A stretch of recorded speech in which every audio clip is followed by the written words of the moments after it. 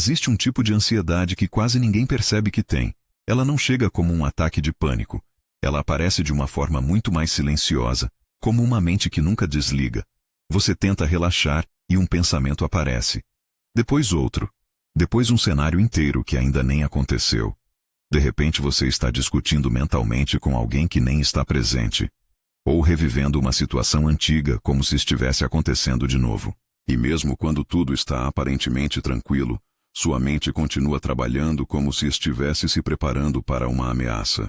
Curiosamente, um dos homens mais poderosos da história descreveu exatamente esse tipo de ansiedade.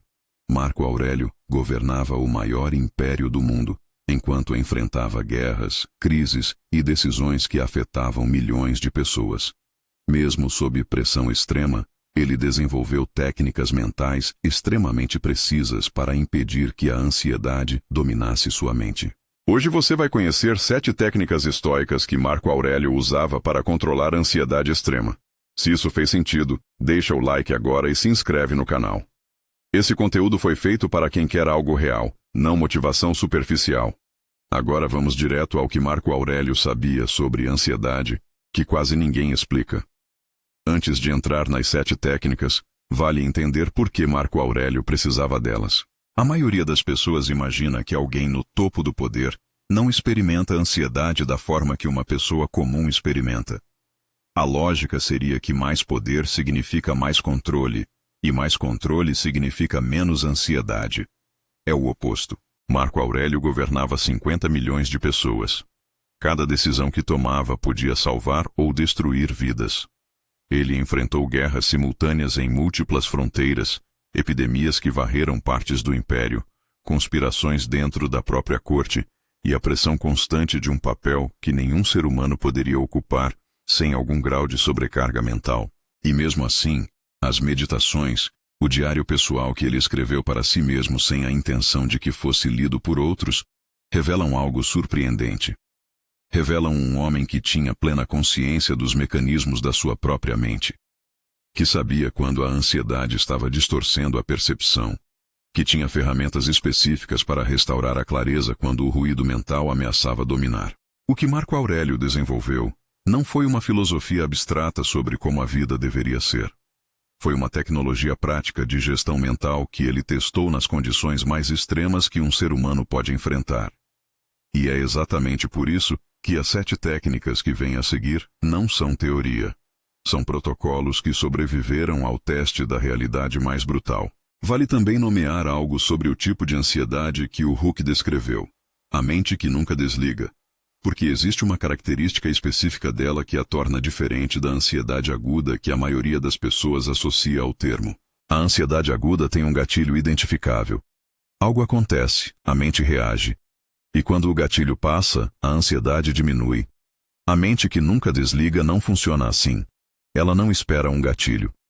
Ela gera o próprio combustível a partir de qualquer material disponível. Se não há um problema real presente, ela encontra um potencial. Se não há um potencial imediato, ela revisita um passado. Se não há passado que sirva, ela constrói um futuro adverso a partir de variáveis parcialmente conhecidas. Esse tipo de ansiedade é mais insidioso que o agudo porque não tem um ponto claro de término. E porque não tem ponto claro de término, a pessoa que a experimenta muitas vezes não a reconhece como ansiedade. Reconhece como personalidade. Como jeito de ser. Como ser intenso ou perfeccionista ou cuidadoso demais. E porque reconhece como parte de quem é, não como estado que pode ser trabalhado, nunca busca as ferramentas que existem para isso. As 7 técnicas que Marco Aurélio desenvolveu foram construídas exatamente para esse tipo de mente. A mente que produz ruído quando deveria descansar. A mente que antecipa ameaças que não existem. A mente que trata o futuro incerto como ameaça confirmada. Cada técnica ataca um mecanismo específico desse padrão. O que Marco Aurélio desenvolveu ao longo de décadas de pressão extrema foi sistematizado pelos estoicos em algo que qualquer pessoa pode percorrer. Existe uma jornada estruturada com mais de 20 módulos construída especificamente em torno das práticas que você vai conhecer neste vídeo, com um desafio de 45 dias que instala os padrões por repetição, até que se torna em resposta automática, e áudios de reprogramação mental projetados para trabalhar as camadas mais profundas do condicionamento ansioso. Mais de 2.000 pessoas já percorreram esse caminho. Se você quer a estrutura para transformar o que está prestes a ouvir de conhecimento em prática real, o link está na descrição. Mas siga aqui comigo porque cada uma das 7 técnicas tem algo específico e concreto para te dar. A técnica número 1 é o que Marco Aurélio chamava de separação entre evento e julgamento. A grande maioria da ansiedade que as pessoas experimentam não é causada pelo que acontece. É causada pelo que a mente faz com o que acontece. Essa distinção parece simples quando enunciada. Na prática, é uma das percepções mais difíceis de manter, porque o cérebro humano processa evento e interpretação tão rapidamente e de forma tão integrada que parecem a mesma coisa. Uma mensagem chega sem resposta. O evento é esse, uma mensagem sem resposta. Mas a mente não para aí.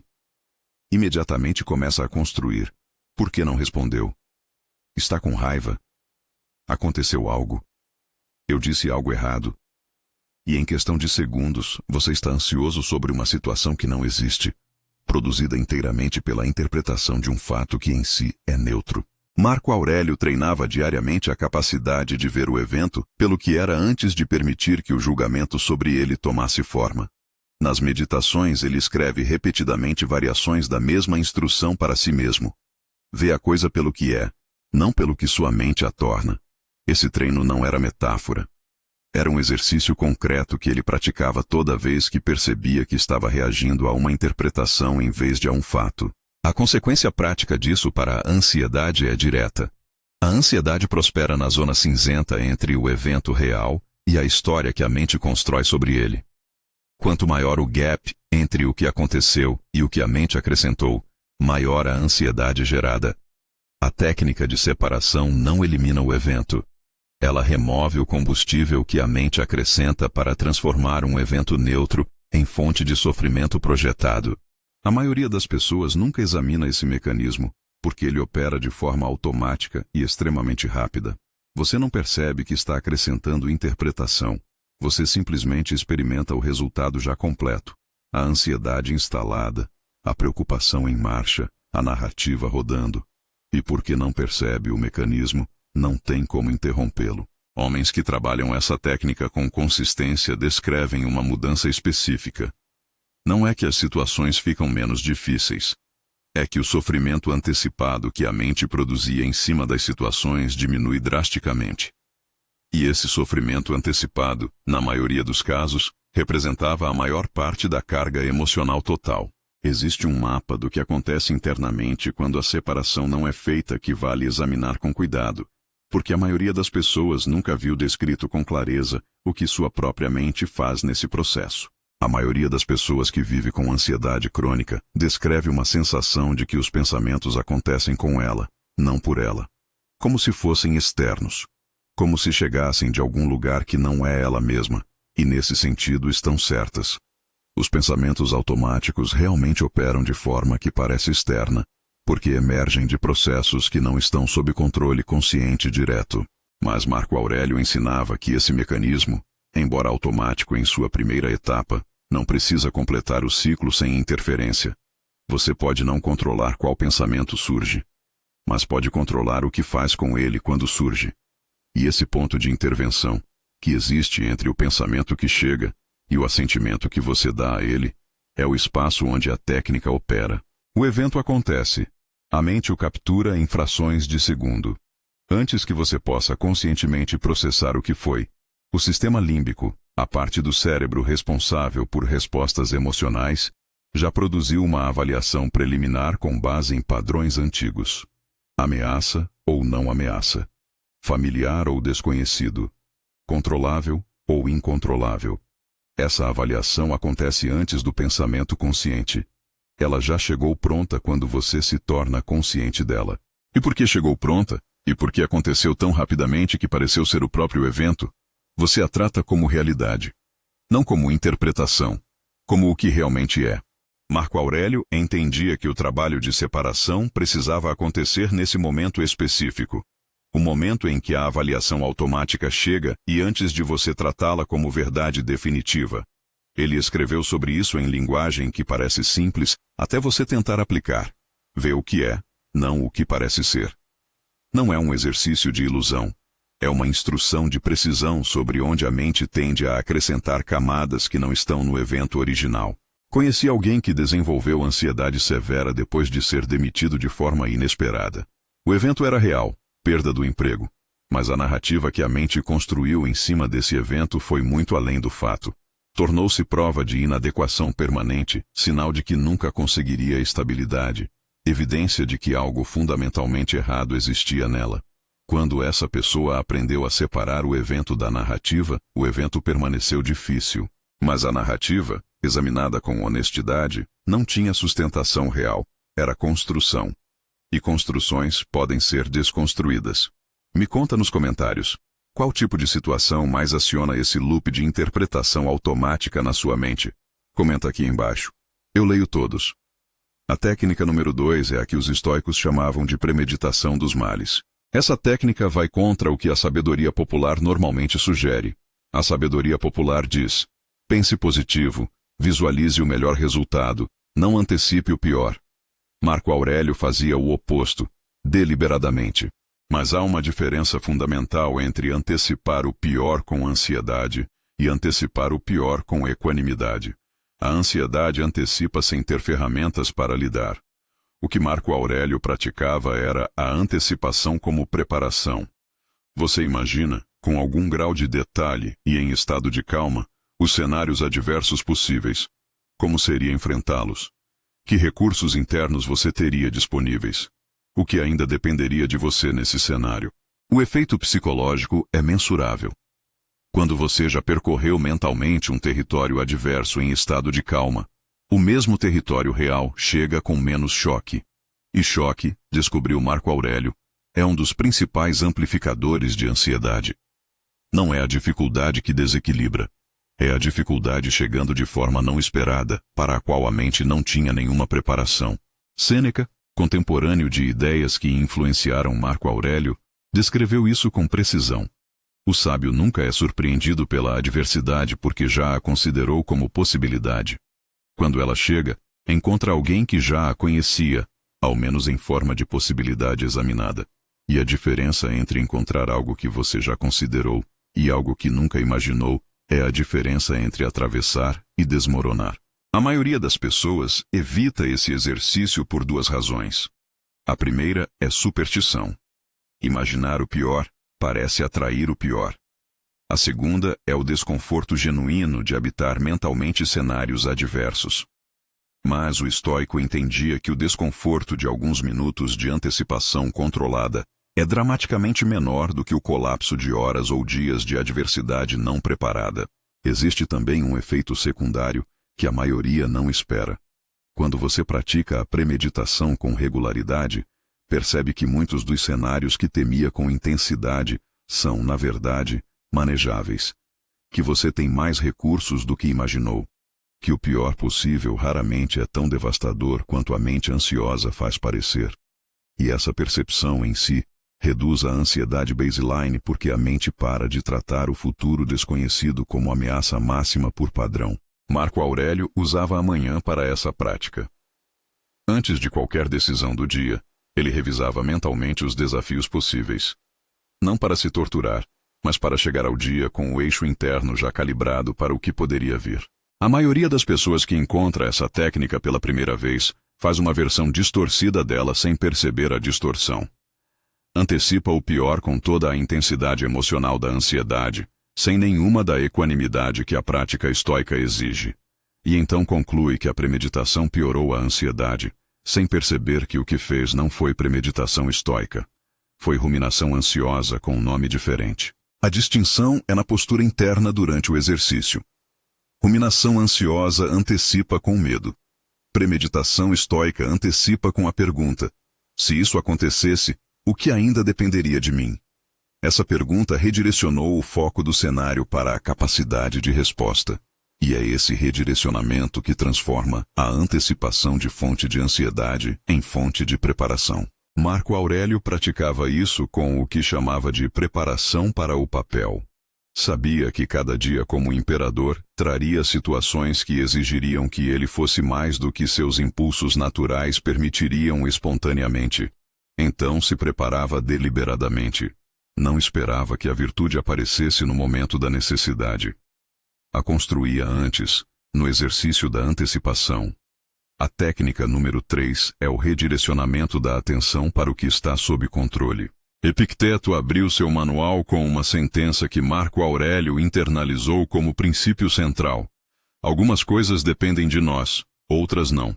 Essa distinção, que parece elementar, é na prática uma das mais difíceis de manter porque a mente ansiosa tem uma tendência específica e poderosa de focar precisamente no que não está sob controle. Você se preocupa com o que a outra pessoa vai pensar, com como a situação vai se desenvolver, com o que pode acontecer de errado num futuro que ainda não existe, com como os outros vão reagir, com fatores que dependem de variáveis que estão completamente fora do seu campo de influência real.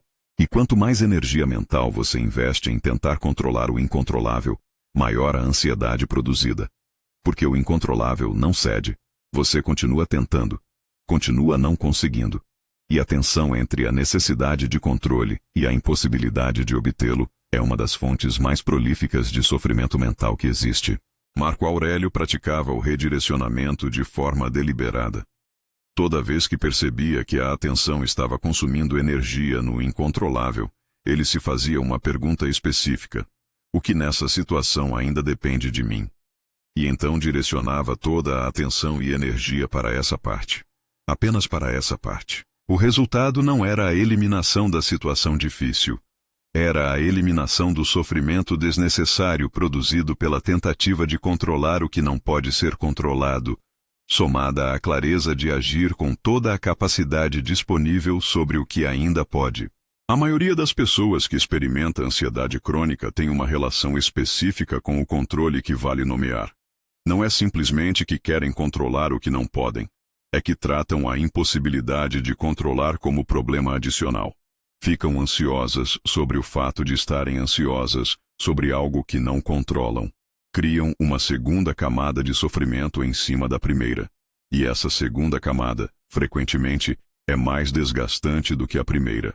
A prática de redirecionamento dissolve essa segunda camada de forma quase automática.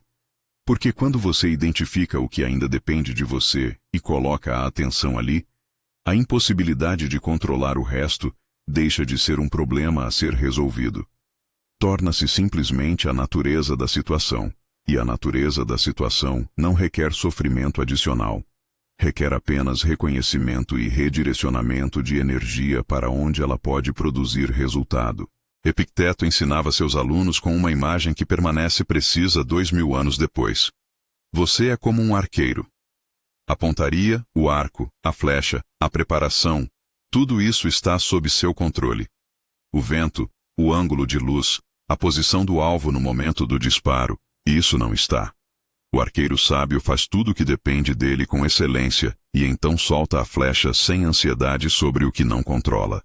O arqueiro insensato faz tudo o que depende dele com excelência, e então continua tentando controlar o vento com a força da preocupação. Isso está fazendo sentido? Deixa o like se você está acompanhando. A técnica número 4 é o que Marco Aurélio chamava de visão do alto, ou a perspectiva do observador. Existe uma armadilha cognitiva específica que alimenta a ansiedade de forma silenciosa e contínua. A tendência de tratar cada situação difícil como se fosse única, monumental, sem precedente. Como se o problema que você enfrenta agora fosse de uma escala que nenhuma pessoa, em nenhum momento da história, jamais enfrentou de forma comparável. Essa tendência tem um nome. A mente ansiosa é uma máquina de magnificação. Ela amplia o que está próximo e ofusca o que está distante. E quanto mais próximo o problema, maior ele parece, não porque é maior, mas porque está perto o suficiente para bloquear tudo que está atrás dele. Marco Aurélio contrabalançava isso com um exercício específico descrito nas meditações. Elevar mentalmente o ponto de vista. Visualizar a situação atual dentro de um contexto mais amplo. Em termos geográficos, quantas pessoas no mundo, neste exato momento, estão enfrentando situações comparáveis ou mais difíceis. Em termos históricos, quantas gerações antes de você atravessaram adversidades que tornam a sua diminuta em comparação? Essa não é uma técnica de minimização. Não é dizer que o seu problema não importa. É restaurar a proporção que a proximidade remove. É lembrar que o que parece insuportável de perto raramente é insuportável quando visto de uma distância adequada. Conheci alguém que tinha ataques recorrentes de ansiedade relacionados à pressão no trabalho. Toda crise de prazo ou conflito com colegas gerava dias de ruminação, até que começou a praticar essa técnica de forma sistemática. Quando a ansiedade chegava, ele se perguntava quanto daquilo ainda importaria dali a 5 anos, dali a 1 ano, dali a 6 meses. Na maioria dos casos, a resposta era que em 6 meses nenhum daqueles detalhes teria relevância. E essa perspectiva não eliminava o desconforto imediato, mas reduzia dramaticamente a intensidade emocional associada, porque a mente parava de tratar uma crise de prazo como se fosse uma ameaça existencial. Marco Aurélio praticava uma versão ainda mais radical dessa perspectiva. Ele se lembrava regularmente de que imperadores que vieram antes dele, com todos os seus poderes e glórias, haviam desaparecido completamente da memória humana. Não como exercício de desespero, mas como lembrete de que a permanência que a ansiedade assume para os problemas do presente é uma ilusão. Tudo passa. Sempre passou. E essa passagem, reconhecida com clareza, remove o peso que a ansiedade adiciona ao presente. Existe uma variação prática dessa técnica que Marco Aurélio descreveu especificamente para momentos de sobrecarga aguda, quando o problema parece muito grande para ser redimensionado. Ele propunha a pergunta: isso é um problema do universo ou é um problema do meu momento? Porque o universo tem existido por bilhões de anos. Vai existir por bilhões mais. E a maioria do que perturba a mente humana num dia específico tem uma relevância que se mede em horas ou dias, não em décadas ou séculos. Isso não é filosofia consolatória vazia. É uma calibração de escala real. O cérebro ansioso opera como se o presente fosse eterno. Como se o estado atual, seja desconforto, seja ameaça, seja incerteza, fosse a condição permanente. E quando o presente é tratado como eterno, todo o peso da eternidade cai sobre o momento atual. A visão do alto interrompe esse mecanismo. Não ao dizer que o problema não existe, mas ao restaurar a percepção de que o problema tem uma duração, que o presente tem uma passagem, e que a maior parte do que consome sua energia mental agora terá uma relevância muito menor quando você olhar de volta para este momento daqui a 1 ano. A maioria das pessoas experimenta esse redimensionamento naturalmente, mas apenas retrospectivamente. Olham para trás e percebem que o que parecia insuportável foi de fato atravessado. O que Marco Aurélio fazia era praticar esse redimensionamento de forma prospectiva, antes de atravessar, não depois. E é exatamente essa antecipação da perspectiva futura que reduz a carga do presente. Existe também um uso dessa técnica que vai além do gerenciamento da ansiedade, e que Marco Aurélio descreveu como ferramenta de tomada de decisão. Quando uma situação parecia urgente demais para ser vista com clareza, ele elevava o ponto de vista até o nível em que a urgência se dissolvia em contexto mais amplo. E desse ponto mais alto, sem a pressão da urgência distorcendo o julgamento, as decisões que chegavam tendiam a ser mais alinhadas com os valores reais do que as que seriam tomadas no calor da urgência percebida. A clareza que vem da distância não é indiferença. É a capacidade de ver o que está à frente sem que a proximidade distorça o que é visto. E essa clareza, que a ansiedade sistematicamente remove, é o que as grandes decisões exigem para ser tomadas com a qualidade que merecem. Você já percebeu que quando olha para trás, boa parte do que te causou ansiedade intensa no passado parece pequeno agora? Comenta aqui embaixo. Eu leio todos. A técnica número 5 é o que os estoicos chamavam de memento mori, a lembrança da mortalidade. Essa técnica incomoda quase todo mundo na primeira vez que encontra. Parece mórbida. Parece o oposto do que você faria para reduzir a ansiedade. Mas Marco Aurélio retorna a ela repetidamente nas meditações porque entendeu algo que a resistência inicial não deixa ver. A consciência da mortalidade, quando praticada com a postura correta, não produz terror. Produz clareza sobre o que realmente importa. A ansiedade crônica tem uma característica consistente. Ela trata o que é temporário como se fosse permanente. Trata inconvenientes como catástrofes. Trata a opinião alheia como se tivesse peso eterno. Trata fracassos como se fossem definitivos. E toda essa magnificação produz sofrimento desproporcional à realidade. A lembrança da mortalidade interrompe esse mecanismo com uma pergunta que a mente ansiosa raramente faz. Diante do fato de que tudo isso vai terminar, incluindo você, o quanto do que está te consumindo agora vai ter importado de verdade? Não é uma pergunta de desespero. É uma pergunta de ordenação de prioridades. Marco Aurélio usava essa consciência como filtro. Quando algo ameaçava dominar sua atenção de forma desproporcional, ele retornava a essa perspectiva. E o que sobrevivia ao filtro, o que ainda parecia importante depois de ser visto à luz da impermanência, merecia atenção real. O que não sobrevivia era reconhecido como ruído que a ansiedade havia amplificado além da sua relevância real. Existe um efeito secundário dessa prática que parece paradoxal. Ela aumenta a capacidade de desfrutar o presente.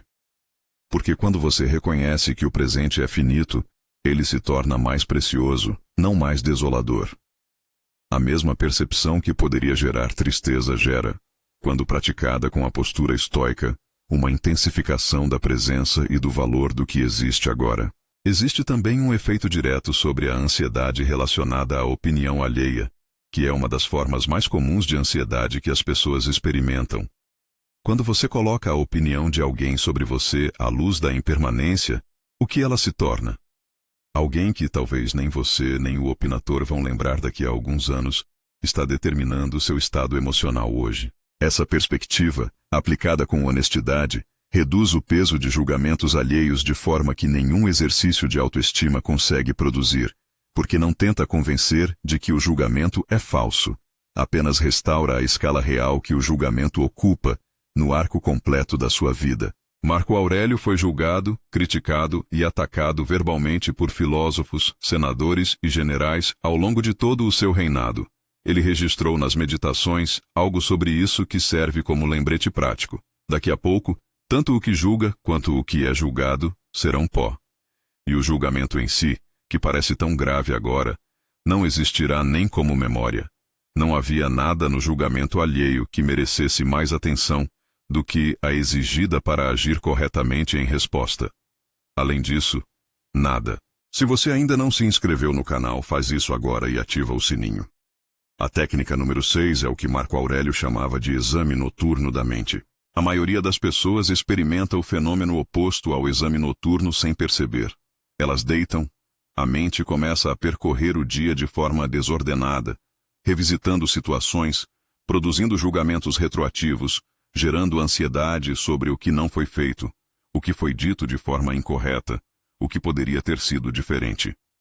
Esse processo desordenado é o que impede o descanso real, e é o que frequentemente transforma a cama num campo de batalha mental. Marco Aurélio transformava esse processo natural e caótico em algo estruturado e deliberado. O exame noturno não era ruminação, era auditoria.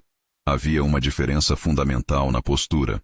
Ruminação julga, auditoria examina. O processo era específico. Ele revisava o dia com 3 perguntas. Onde eu agi segundo os meus valores? Onde eu falhei em agir segundo eles? O que posso fazer diferente amanhã?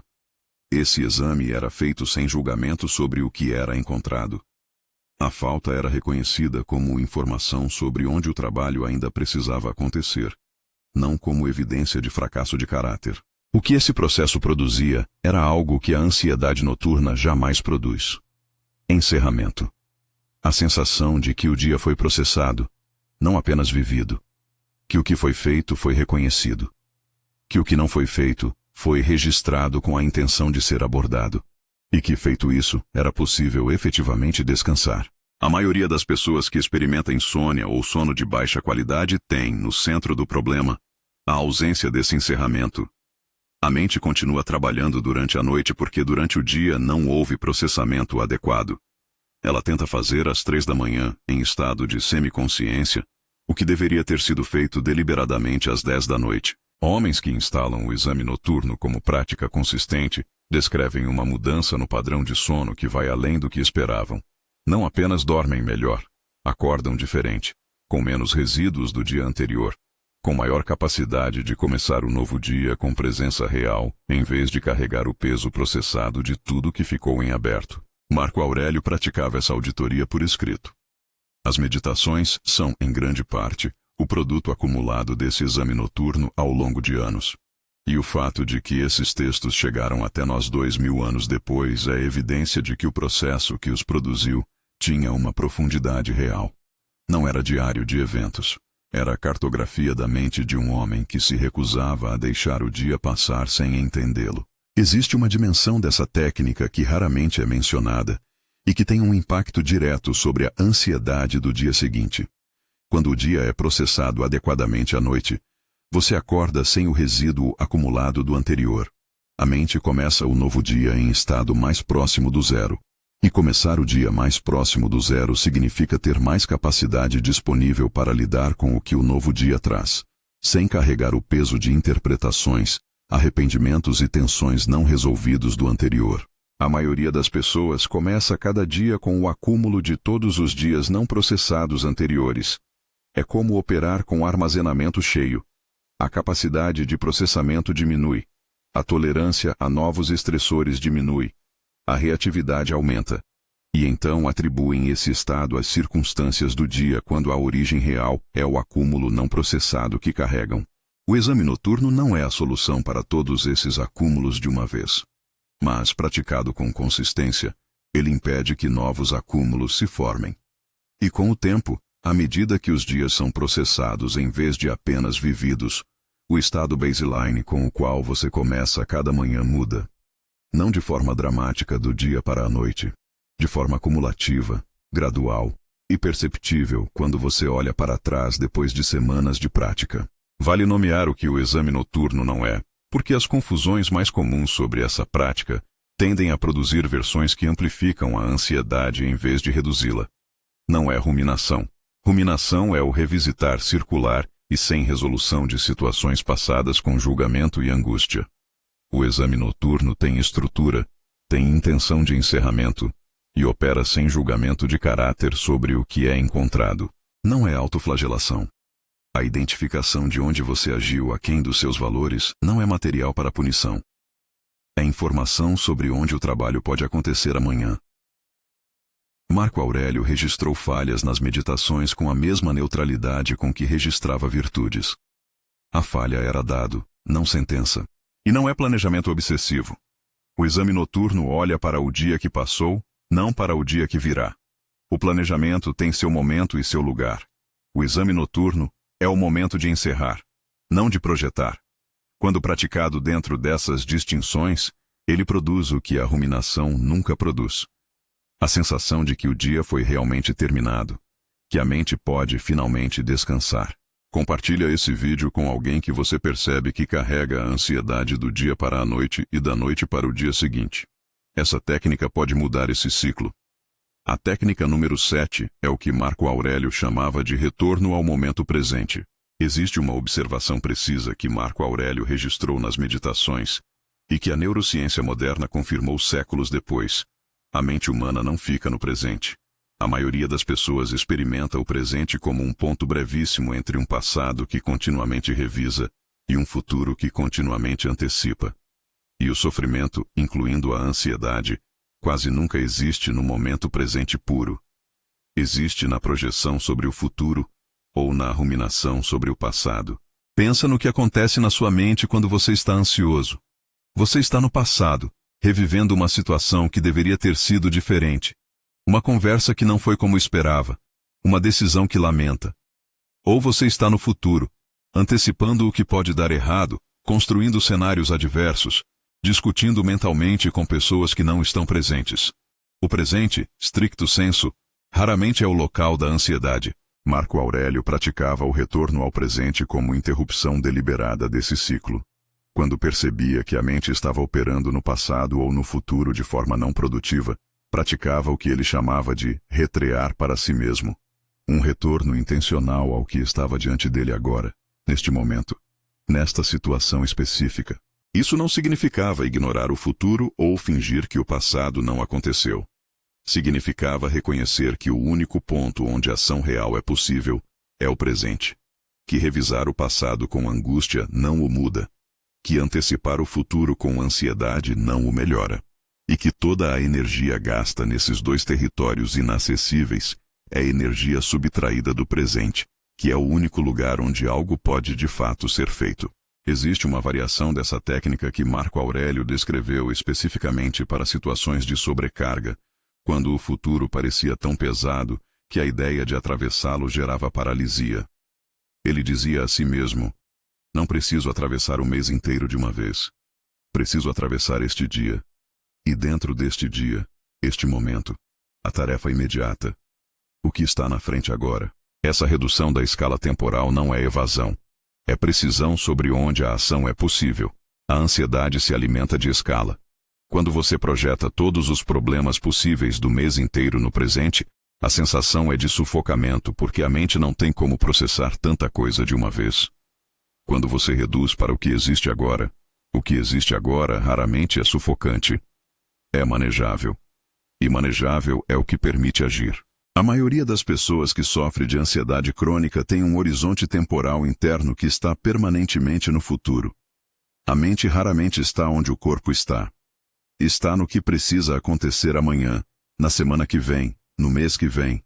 E toda essa antecipação que a mente justifica como planejamento é em grande parte preocupação disfarçada de produtividade.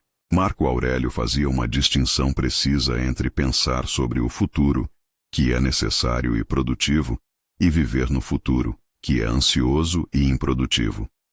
Pensar sobre o futuro significa dedicar atenção deliberada para planejar ações específicas que dependem de você.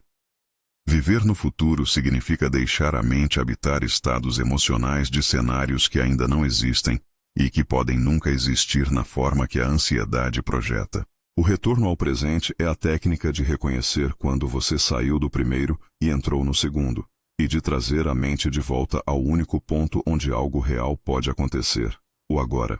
Conheci alguém que percebeu depois de começar a trabalhar essa técnica que passava mais de 70% do dia mental em algum cenário futuro hipotético. Não planejando, preocupando.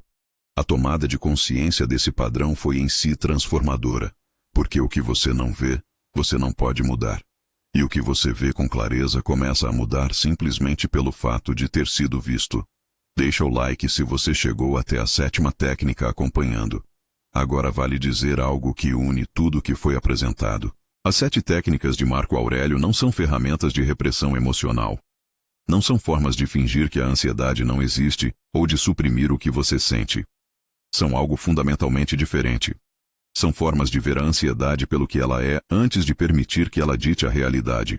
E vale perceber que as 7 técnicas formam um sistema, não uma lista independente. Cada uma ataca um ponto específico do ciclo ansioso. A separação entre evento e julgamento interrompe o ciclo na origem. A premeditação reduz o elemento surpresa que amplifica a ansiedade.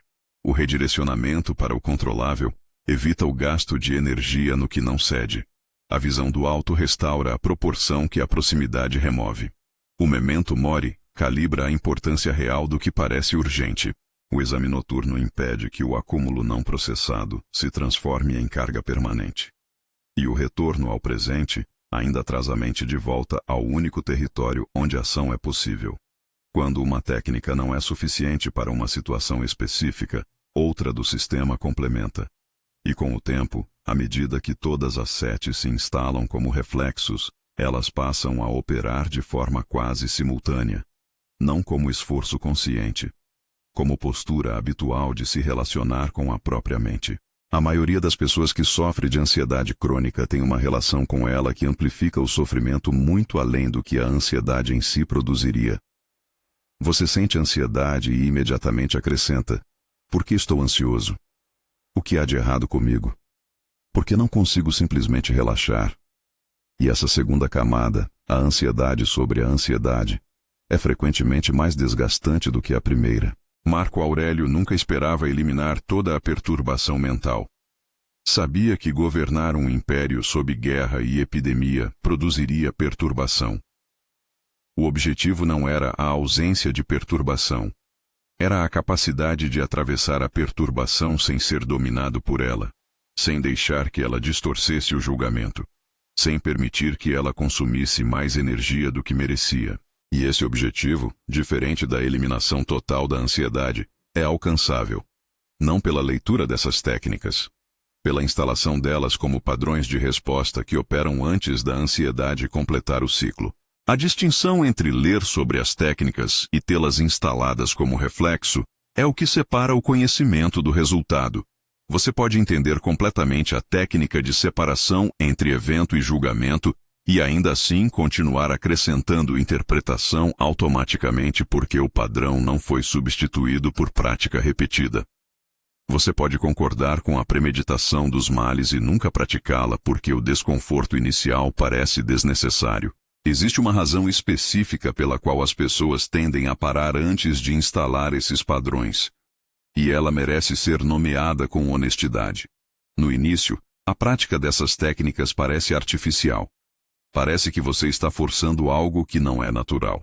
E essa percepção de artificialidade cria uma resistência que leva a maioria das pessoas a concluir que as técnicas não funcionam para elas especificamente, que funcionam em teoria, ou para outros, mas que para elas há algo diferente que impede a aplicação.